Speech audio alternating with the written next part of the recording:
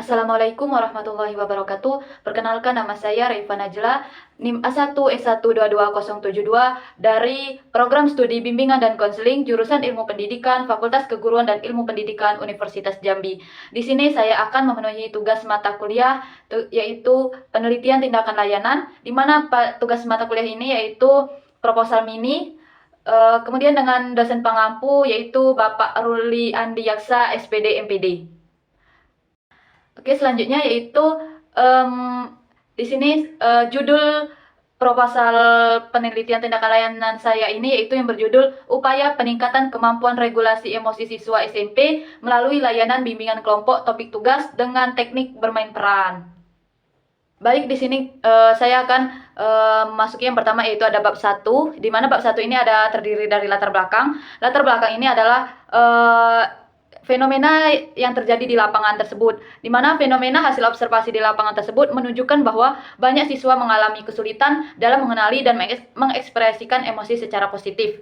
Mereka cenderung menunjukkan perilaku impulsif seperti berdebat dengan teman, kurang percaya diri dalam berbicara, hingga menarik diri dari lingkungan sosial. Masalah ini sering dipicu oleh kurangnya pemahaman tentang mengelola emosi dan rendahnya dukungan keterampilan sosial. Nah, dengan adanya bimbingan kelompok dengan teknik bermain telah dilaksanakan, salah satu SMP dengan peserta siswa kelas 8 ini hasil pelaksanaan menunjukkan bahwa siswa mampu menunjukkan peningkatan keterampilan dalam mengenali emosi, mengontrol respon impulsif, dan menyelesaikan konflik dengan teman secara baik. Berdasarkan temuan ini, layanan bimbingan kelompok dengan teknik bermain peran dapat dijadikan model untuk membantu siswa meningkatkan kemampuan regulasi emosinya. Kemudian, melalui bermain peran, siswa mengembangkan keterampilan komunikasi yang baik dan emosional esensial, seperti menyatakan pikiran secara efektif dan meningkatkan pemahaman terhadap isyarat nonverbal. Aktivitas ini merangsang kreativitas, keterlibatan aktif, dan pemecahan masalah kolaboratif. Selain itu, bermain peran juga berkontribusi pada tumbuhan pribadi siswa, membantu mereka mengembangkan rasa percaya diri dan mengembangkan empati. Dengan demikian, bimbingan kelompok adalah alat yang efektif untuk membantu siswa meningkatkan kemampuan regulasi emosi, termasuk keterampilan komunikasi yang efektif, kerjasama, dan resolusi konflik, serta empati. Pendekatan ini berperan penting dalam mempersiapkan siswa untuk sukses di sekolah dan dalam kehidupan sehari-hari, membantu mereka tumbuh menjadi individu yang terampil, berempati, serta berinteraksi dengan dunia di sekitar mereka. Nah, itulah latar belakang dari proposal yang saya temui. Ada rumusan masalah di mana ada penerapan upaya kemampuan teknik bermain peran melalui layanan bimbingan kelompok dapat meningkatkan kemampuan regulasi emosi di siswa di sekolah menengah pertama. Kemudian, seberapa efektif presentasi keberhasilan upaya kemampuan teknik bermain peran melalui layanan bimbing kelompok dalam peningkatan kemampuan regulasi emosi siswa. Kemudian, apa langkah-langkah konkret yang diambil untuk meningkatkan efektivitas kemampuan teknik bermain peran melalui layanan bimbing kelompok guna meningkatkan kemampuan regulasi emosi siswa di sekolah menengah pertama.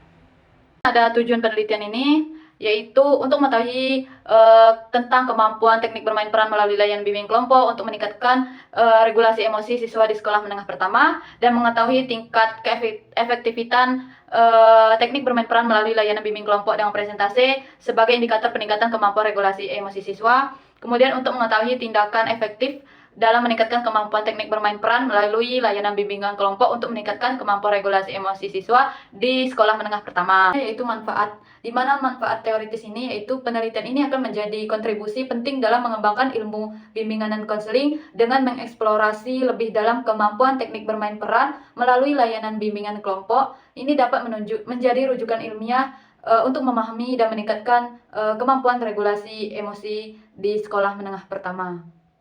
Selanjutnya yaitu ada kajian teori, di mana ada penjelasan regulasi emosi, yaitu regulasi emosi adalah suatu kemampuan untuk menyusun, membimbing, atau mengatur dengan mengarahkan perilaku yang membawa individu ke arah konsekuensi yang positif. Regulasi emosi mencakup perilaku yang meliputi kemampuan mengatur pelaksanaan dan kemampuan mengatur stimulus, mengontrol kognitif yang meliputi pengontrol keputusan. Individu yang memiliki regulasi emosi yang tinggi mampu mengubah kejadian menjadi agen utama dalam mengarahkan dan mengatur perilaku utama yang membawa pada konsekuensi positif. Adapun aspek-aspek regulasi emosi yaitu pertama strategi regulasi emosi. Yang dimaksud yaitu keyakinan pada kemampuan untuk mengontrol emosi negatif dan menenangkan diri. Yang kedua ada perilaku untuk mencapai tujuan dengan memiliki tujuan yang jelas. Individu menjadi tidak terpengaruh terhadap emosi negatif yang dirasakan sehingga dapat berpikir jernih dan melakukan hal yang positif. Yang ketiga ada mengontrol respon-respon emosional, yaitu aspek ini menunjukkan individu dapat mengelola emosi yang dirasakan sehingga dapat menghasilkan emosi yang tidak berlebihan dan menunjukkan emosi yang tepat. Yang keempat ada penerimaan respon emosional. Aspek ini individu menjadi penerima emosi negatif yang muncul dari suatu peristiwa yang telah terjadi serta tidak merasa malu ketika sedang merasakan emosi. Adapun faktor-faktor yang mempengaruhi regulasi emosi yaitu ada usia dan jenis kelamin, di mana usia seorang mempengaruhi peningkatan regulasi emosi. Semakin seseorang tersebut bertambah usia, maka semakin baik pula kemampuannya dalam meregulasi emosi yang ia rasakan. Yang kedua ada religiusitas, yaitu menjadi faktor yang mempengaruhi tingkat regulasi emosi seseorang. Semakin tinggi tingkat religiusitas seseorang, maka orang tersebut dapat mengatur emosi yang ia miliki dan menampilkan emosi yang wajar dan tidak berlebihan. Yang ketiga ada kepribadian, yaitu bahwa regulasi emosi yang rendah biasanya dapat kita lihat bahwa kepribadian seseorang yang neurotisin atau perubahan emosi tidak dapat terkontrol. Yang keempat ada pola asuh, yaitu cara pengasuhan orang tuanya serta sosialisasi emosi yang dilakukan oleh orang tuanya kepada anaknya menentukan kemampuan seseorang dalam meregulasi emosi anak tersebut. Dan yaitu solusi cara orang tua regulasi emosi terhadap anaknya, yaitu menyadari emosi anak berarti kesadaran terhadap emosi anak, melibatkan orang tua yang memiliki kepekaan terhadap perasaan mereka sendiri dan memahami dengan sensitif emosi yang dialami oleh anak mereka. Nah, orang tua tidak menuntut agar anak meningkatkan ekspresi emosionalnya agar perasaan anak diakui oleh orang tuanya. Dan yang kedua yaitu melihat emosi sebagai kesempatan untuk terhubung dan mengajar, berarti emosi yang muncul pada anak dianggap bukanlah sesuatu yang mengganggu atau menantang. Sebaliknya, hal tersebut merupakan kesempatan untuk menjalin hubungan dengan anak dan membimbing anak melalui perasaan yang mungkin sulit. Dan yang ketiga yaitu mendengarkan dan memvalidasi perasaan, berarti menanggapi ekspresi emosional anak dengan memberikan perhatian sepenuhnya. Selanjutnya, merefleksikan kembali apa yang didengar sehingga anak merasa bahwa orang tua memahami apa yang diungkapkan dan dialaminya. Dan yang keempat ada menolong anak memberikan label emosi secara verbal, berarti setelah mendengarkan dengan penuh perhatian, dukunglah anak untuk meningkatkan pemahaman dan kosakata dalam mengungkapkan emosinya. Dan yang kelima yaitu menolong anak dalam menyelesaikan masalah, juga menetapkan batasan, berarti semua emosi dapat diterima namun tidak semua tindakan. Bimbinglah anak dalam mengelola emosinya dalam mengembangkan keterampilan pemecahan masalah. Kemudian ada teknik bermain peran, yaitu teknik bermain peran atau juga bisa disebut dengan role playing, menjadi suatu pendekatan yang sangat efektif dalam mendukung proses konseling, terutama dalam merespon permasalahan klien. Kemudian ada tujuan bermain peran, yaitu bimbingan kelompok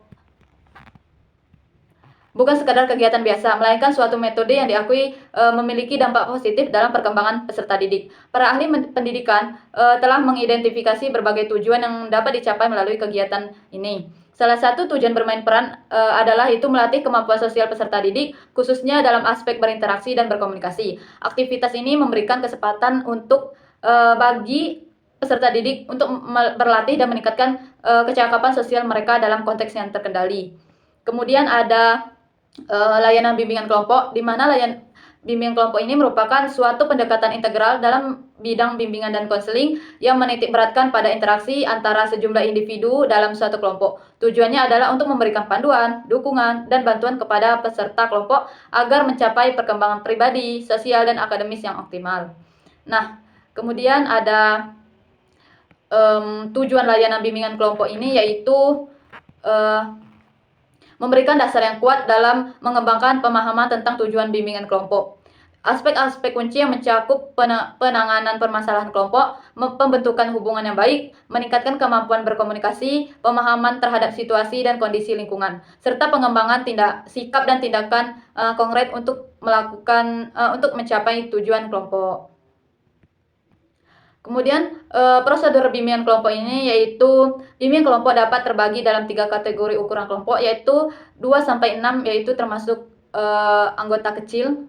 Kemudian yang sedang ada 7-12 orang, yaitu dikatakan sedang, dan 13-20 orang itu dikatakan sebagai kategori besar. Nah, itulah dari kajian teori, yaitu dari bab 2. Memasuki bab 3 yaitu metodologi penelitian tindakan layanan, yang dimana ada setting penelitian tindakan layanan ini, yaitu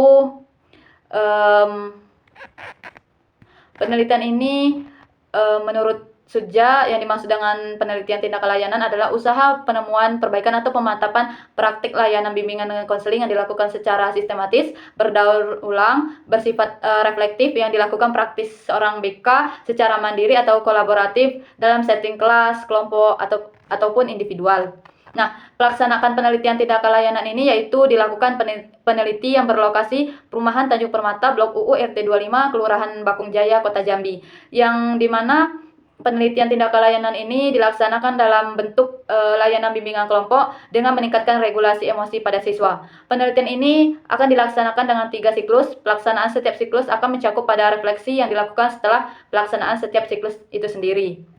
Yang kedua ada subjek penelitian, di mana subjek ini melibatkan siswa kelas, yaitu dari sekolah SMP yang sebelumnya telah terlibat dalam implementasi teknik bermain peran melalui layanan bimbingan kelompok dengan topik tugas tertentu. Selain itu, masuk ke subjek mencakup siswa-siswa yang terpilih berdasarkan hasil angket sederhana mengenai karakteristik harga diri yang rendah di kelas tersebut. Dan yang ketiga yaitu instrumen penelitian, di mana saya melakukan, pertama ada observasi terbuka, kemudian wawancara, yaitu ada mendapatkan informasi mendalam tanpa pengaturan urutan tertentu. Pendekatan ini membantu mengatasi resistensi informan dan memperoleh data yang lebih mendalam. Dan yang ada angket pengukuran, kemudian ada dokumentasi, di mana dokumentasi ini dalam bentuk video yang dilakukan dari awal hingga akhir kegiatan penelitian tindakan layanan ini. Bertujuan untuk merekam visual pelaksanaan penelitian tindakan layanan, memberikan gambaran penyeluruh tentang proses, menciptakan catatan, dan dapat dianalisis secara dalam. Kemudian ada prosedur, yaitu penelitian tindakan layanan ini direncanakan dalam 3 siklus, dimulai dari rencana, aksi atau layanan, kemudian evaluasi, serta refleksi. Tahap tersebut tidak sekali jadi, tetapi berulang kali sampai menemukan layanan terbaik. Tahap-tahap tersebut yaitu ada siklus pertama, ada perencanaan, yang kedua ada pelaksanaan, dan ketiga ada evaluasi, dan yang keempat ada refleksi. Itulah penjelasan pemaparan materi proposal dari saya. Lebih dan kurang saya mohon maaf. Saya ucapkan terima kasih. Wassalamualaikum warahmatullahi wabarakatuh.